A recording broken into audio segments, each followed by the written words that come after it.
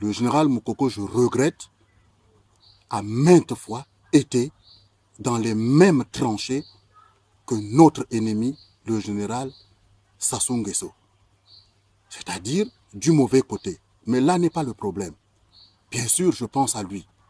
Mais je vais vous dire pourquoi je préfère pardonner au général Jean-Marie Michel Moukoko, parce que je répète, il est devenu notre ami. Les Congolais, nous sommes des pauvres types. Qui peut me dire qu'au Congo-Brazzaville, que tu sois du Nord, mais je n'aime pas trop appeler le Congo de cette façon. Moi, j'appelle le Congo des forêts jusqu'à la savane et des savanes jusqu'à la mer. Vous savez pourquoi? Qui peut répondre à cette question? Merci beaucoup. Merci beaucoup. C'est dans notre hymne national. Notre hymne national, on dit des forêts jusqu'à la savane, des savanes jusqu'à la mer. C'est ça le Congo-Brazzaville. Et nous sommes tombés dans le panneau de Sassou Nguesso qui dit il y a le nord et il y a le sud. Mais vous savez aussi comment je qualifie Sassou Nguesso? Je l'ai dit à haute voix.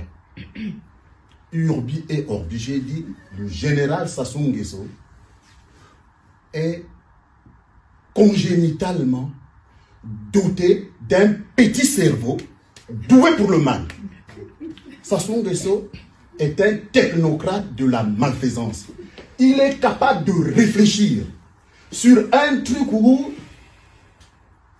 Maître Nganga l'a rappelé, que c'est à la fois un fou, mais je ne sais pas, vous avez ajouté quelque chose, un fou, mais quelque chose d'autre.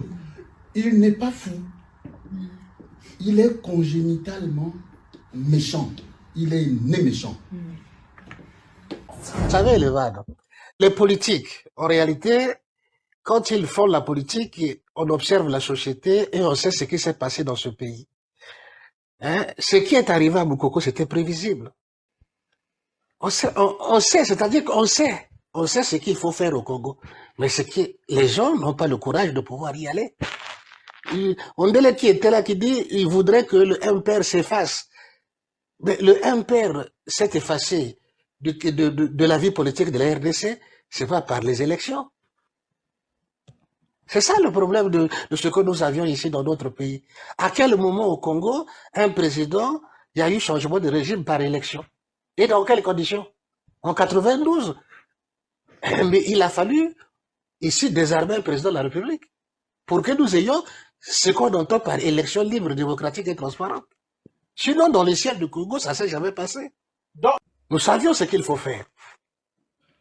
Mais le problème, c'est que personne ne veut y aller. Et c'est là où nous sommes, en réalité. Je vous dis, nous avions l'histoire de ce Congo-là. Nous avions l'histoire de ce Congo. Et ça ne se passera pas autrement. Mais c'est parce que nous sommes en train de vouloir passer par on est en train de bifurquer.